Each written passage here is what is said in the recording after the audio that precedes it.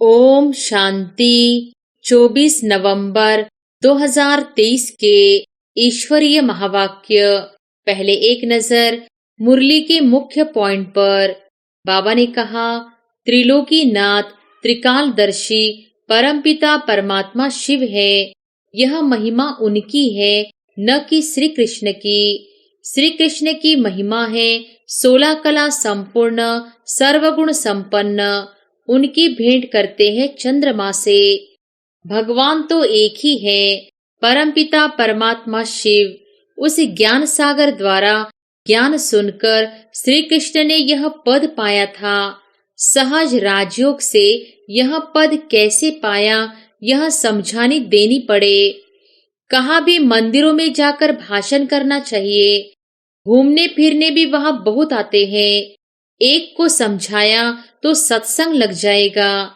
शमशान में भी जाना चाहिए, वहाँ मनुष्यों को वैराग्य होता है। परंतु बाबा कहते, मेरे भक्तों को समझाने से वह फट से समझेंगे। तो शिव बाबा के मंदिर, लक्ष्मी नारायण के मंदिर में जाना पड़े।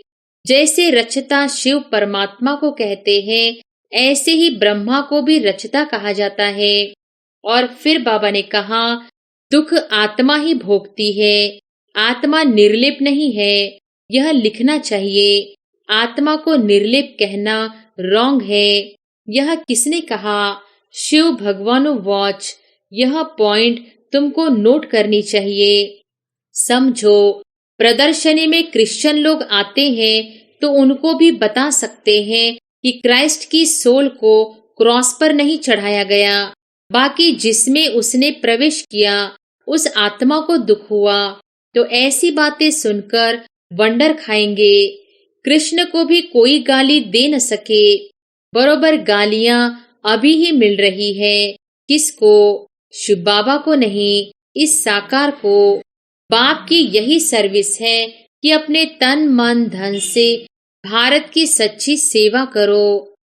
और फिर लास्ट में बाबा ने कहा, तुम बच्चे इस समय स्टूडेंट हो। इस समय तुम अपनी दासियां बनाएंगे तो खुद भी दासी बनना पड़ेगा। यहाँ महारानी बनना देह अभिमान है। ईश्वरीय जन्म सबसे ऊंच जन्म है जो एडॉप्टेड है। तुम ब्राह्मणों का ही यह सौभाग्यशाली जन्म है। मनुष्य का 84 जन्म है, न कि 84 लाख योनियां। चढ़ती कला वाले 21 जन्म हुए और उतरती कला वाले 63 जन्म। टोटल मनुष्य 84 जन्म लेते हैं। अगर मनुष्य अपनी योनि में सुख दुख दोनों पार्ट भोग सकते हैं तो फिर जानवर योनि में भोगने की जरूरत ही क्या है। बाकी ऐसे नहीं कि मनुष्य कोई जानवर बनते हैं। अब यह तो मनुष्यों को डराने के लिए शिक्षा देते हैं। और अब सुनते हैं वाक्यों को विस्तार से।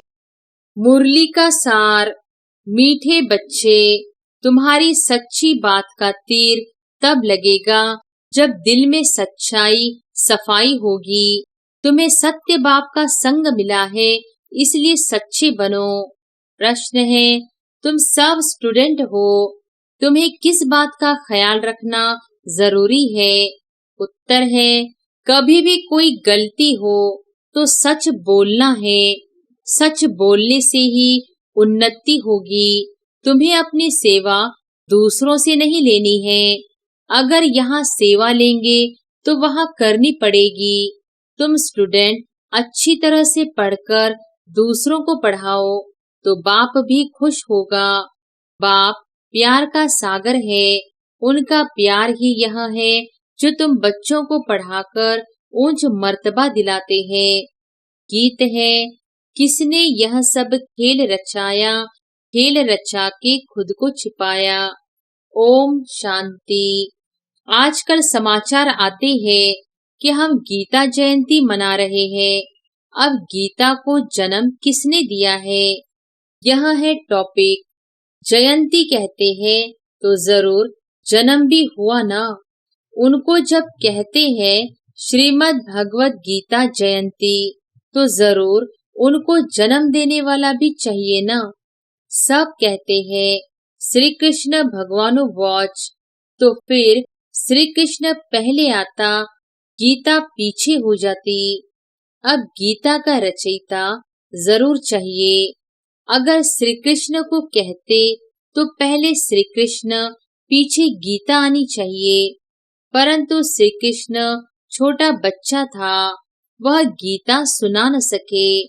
यह सिद्ध करना होगा कि गीता को जन्म देने वाला कौन। यह है गुह्य बात। श्री कृष्ण तो माता के गर्भ से जन्म लेता है। वह तो सतयुग का प्रिंस है। उसने स्वयं प्रिंस का पद पाया है, गीता द्वारा राजयोग सीखकर। अब गीता को जन्म देने वाला कौन? परमपिता परमात्मा, शिव या श्री कृष्ण?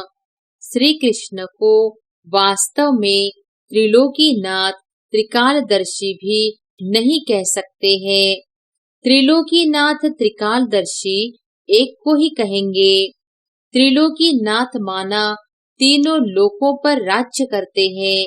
मूल, सूक्ष्म, स्थूल, इन तीनों को कहा जाता है त्रिलोकी।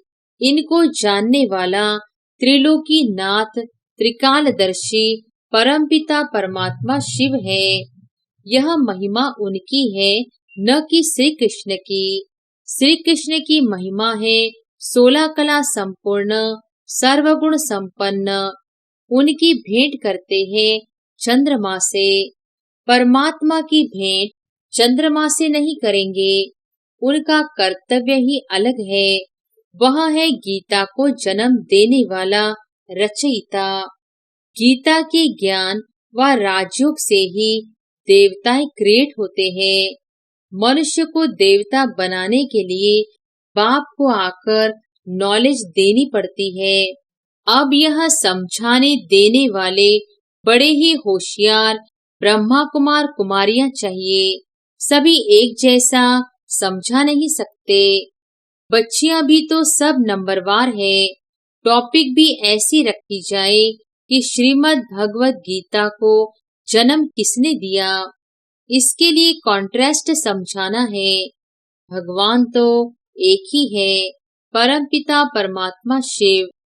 उस ज्ञान सागर द्वारा ज्ञान सुनकर श्री कृष्ण ने यह पद पाया था।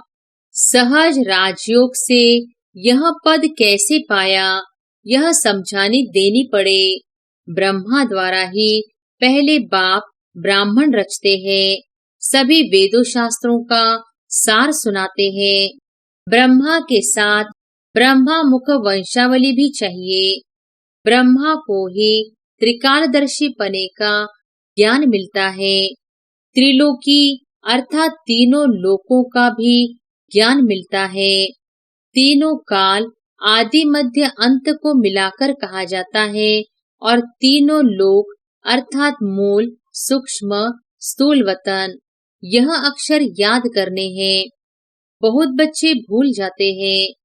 भुलाया है देह अहंकार रूपी माया ने। तो गीता का रचयिता परमपिता परमात्मा शिव है, न कि श्री कृष्ण। परमपिता परमात्मा ही त्रिकालदर्शी तथा त्रिलोकी नाथ है। श्री कृष्ण में व लक्ष्मी नारायण में यह नॉलेज है ही नहीं। हाँ, जिन्होंने यह नॉलेज बाप से पाई वह विश्व के मालिक बन गए।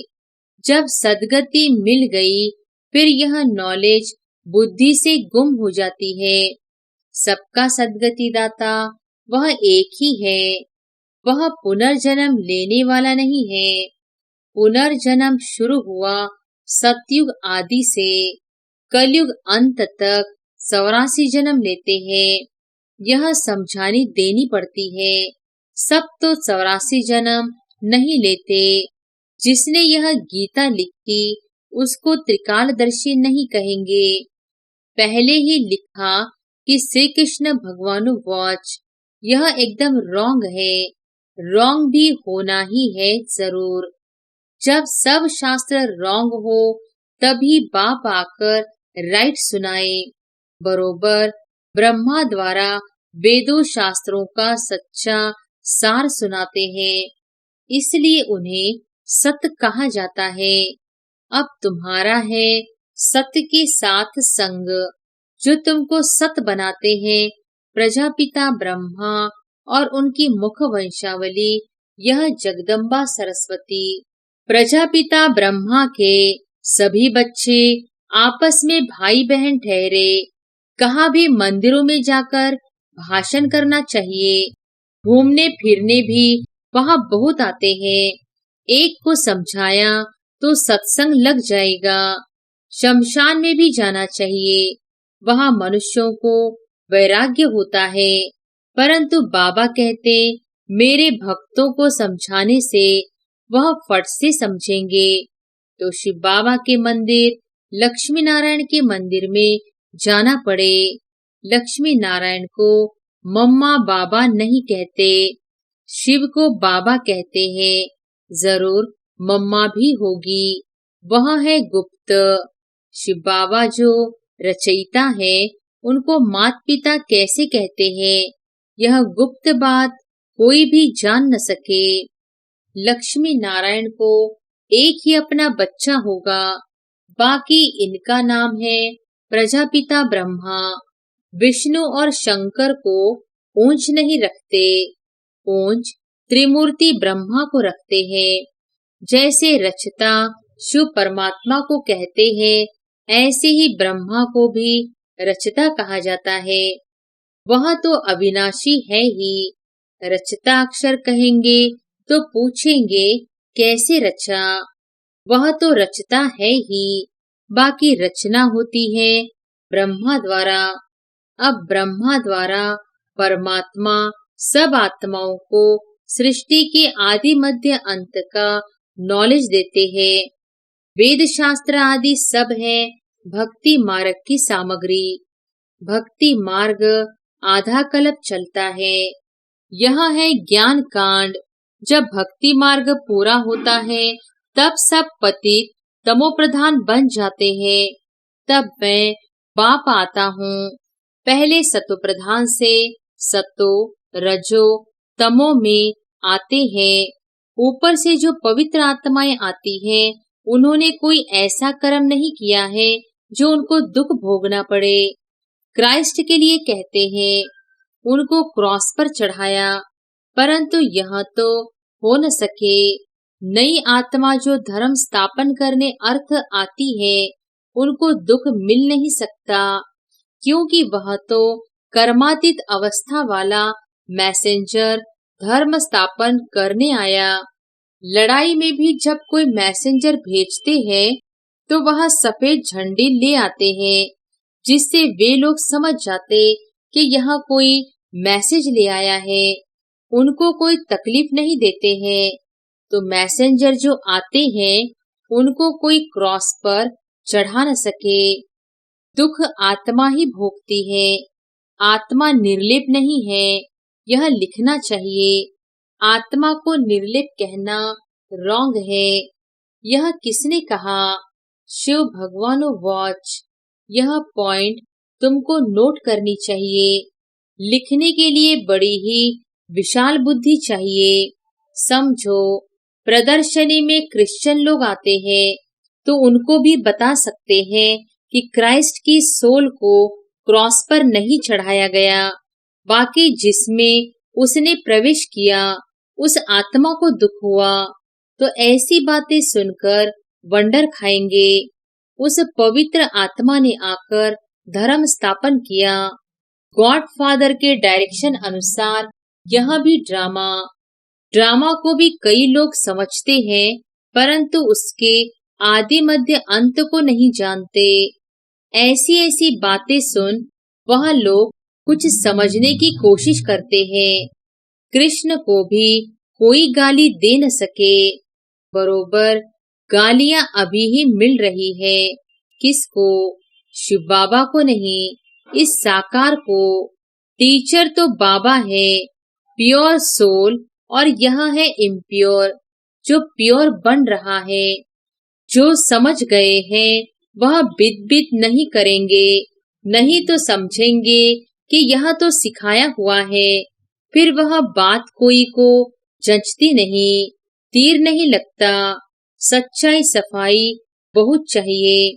जो खुद विकारी होगा वह औरों को कहे काम महाशत्रु है तो तीर लग नहीं सकता। जैसे पंडित का मिसाल, राम राम कहने से नदी व सागर पार कर जाएंगे। यह अभी की बात है। शिव बाबा कहते हैं मुझे याद करने से तुम इस विषय सागर से पार हो जाएंगे। कौन सा सागर, यह पंडित नहीं जानते। वैश्यालय से शिवालय में चले जाएंगे। बड़ी अच्छी रीति से श्रीमत पर चलना है। कहते हैं ना कि बाबा चाहे प्यार करो चाहे ठुकराओ।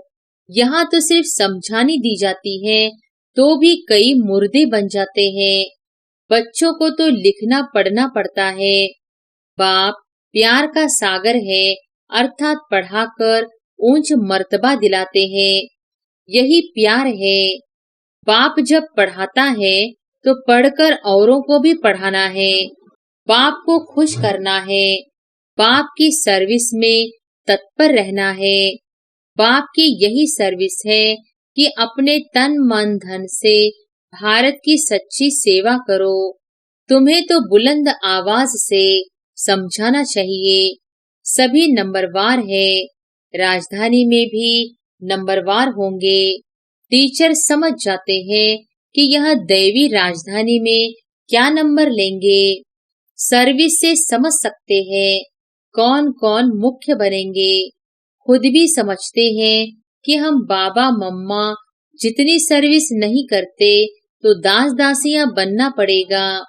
आगे चलकर तुम सबको सारा ही मालूम पड़ेगा। हम श्रीमत पर न चले, सब क्लियर हो जाएगा। तुम बच्चे इस समय स्टूडेंट हो। इस समय तुम अपनी दासियां बनाएंगे तो खुद भी दासी बनना पड़ेगा। यहाँ महारानी बनना देह अभिमान है। सच कहना चाहिए कि बाबा यह भूल हुई। अभी संपूर्ण तो सभी बने नहीं हैं। इम्तिहान में जब नापास होते हैं तो शर्माते भी है। बाबा का रात्रि में ख्याल चला कि मनुष्य 21 जन्म कहते, गायन भी करते। अभी यह ईश्वरीय जन्म एक अलग है। 8 जन्म सतयुग में, 12 जन्म त्रेता में, 21 जन्म द्वापर में, 42 जन्म कलयुग में। यह तुम्हारा ईश्वरीय जन्म सबसे ऊंच जन्म है जो एडॉप्टेड है। तुम ब्राह्मणों का ही यह सौभाग्यशाली जन्म है। अच्छा, मीठे मीठे सिकिलधे बच्चों प्रति माता पिता बाप दादा का याद प्यार और गुड मॉर्निंग। रूहानी बाप की रूहानी बच्चों को नमस्ते। धारणा के लिए मुख्य सार। पहली पॉइंट, प्यार के सागर बाप के प्यार का रिटर्न करना है। अच्छी तरह पढ़कर फिर पढ़ाना है, श्रीमत पर चलना है। दूसरी पॉइंट, सच्चाई और सफाई से पहले स्वयं में धारणा कर फिर दूसरों को धारणा करानी है। एक बाप के संग में रहना है। वरदान है, निमित्त आत्माओं के डायरेक्शन के महत्व को जान, पापों से मुक्त होने वाले सेंसिबल भव। निमित्त आत्माओं के डायरेक्शन के महत्व को जान, पापों से मुक्त होने वाले सेंसिबल भव। जो सेंसिबल बच्चे हैं वो कभी यह नहीं सोचते कि यह निमित्त आत्माएं जो डायरेक्शन दे रही है शायद कोई के कहने से कह रही है। निमित्त बनी हुई आत्माओं के प्रति कभी यह व्यर्थ संकल्प नहीं उठाने चाहिए। मानो कोई ऐसा फैसला भी दे देते हैं जो आपको ठीक नहीं लगता है, लेकिन आप उसमें जिम्मेवार नहीं हो। आपका पाप नहीं बनेगा, क्योंकि जिसने इन्हें निमित्त बनाया है वह पाप को भी बदल लेगा। यह गुप्त रहस्य, गुप्त मशीनरी है। स्लोगन है, ऑनेस्ट वह है जो प्रभु पसंद और विश्व पसंद है, आराम पसंद नहीं। ऑनेस्ट वह है जो प्रभु पसंद और विश्व पसंद है, आराम पसंद नहीं। मातेश्वरी जी के मधुर महावाक्य, मनुष्य का 84 जन्म है, न कि 84 लाख योनियां। अब यह जो हम कहते हैं कि प्रभु हम बच्चों को उस पार ले चलो, उस पार का मतलब क्या है? लोग समझते हैं उस पार का मतलब है जन्म मरण के चक्र में न आना, अर्थात मुक्त हो जाना। अब यह तो हुआ मनुष्यों का कहना, परंतु बाप कहते हैं बच्चों, सचमुच जहाँ सुख शांति है, दुख अशांति से दूर है, उसको कोई दुनिया नहीं कहते। जब मनुष्य सुख चाहते हैं तो वो भी इस जीवन में होना चाहिए। अब वो तो सतयुगी बैकुंठ देवताओं की दुनिया थी, जहाँ सर्वदा सुखी जीवन थी। उसी देवताओं को अमर कहते थे। अब अमर का भी कोई अर्थ नहीं है। ऐसे तो नहीं, देवताओं की आयु इतनी बड़ी थी जो कभी मरते नहीं थे। अब यह कहना उन्हों का रॉन्ग है, क्योंकि ऐसे है नहीं। उनकी आयु कोई सतयुग त्रेता तक नहीं चलती है, परंतु देवी देवताओं के जन्म सतयुग त्रेता में बहुत हुए हैं। 21 जन्म तो उन्होंने अच्छा राज्य चलाया है, और फिर 63 जन्म द्वापर से कलयुग के अंत तक टोटल उन्हों के जन्म चढ़ती कला वाले 21 हुए और उतरती कला वाले 63 हुए। टोटल मनुष्य 84 जन्म लेते हैं। बाकी यह जो मनुष्य समझते हैं कि मनुष्य 84 लाख योनियां भोगते हैं, यह कहना भूल है। अगर मनुष्य अपनी योनि में सुख दुख दोनों पार्ट भोग सकते हैं, तो फिर जानवर योनि में भोगने की जरूरत ही क्या है? अब मनुष्यों को यह नॉलेज ही नहीं। मनुष्य तो 84 जन्म लेते हैं, बाकी सृष्टि पर जानवर पशु पंछी आदि टोटल 84 लाख योनियां अवश्य है।